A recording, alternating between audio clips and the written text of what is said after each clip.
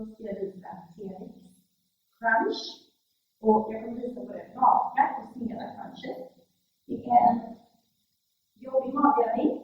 Du tar in fötterna i ögonen. Se till att du har lite lyft i varje ben. Gå upp i marken. Se till att inte hänga. Stadiga starkärmar. Sug in naveln så det hänger med magen. Utan stabilt bak. Jobba framåt. Jobba tillbaka. Framåt och tillbaka. Det är raka crunches. Sneda crunches, det är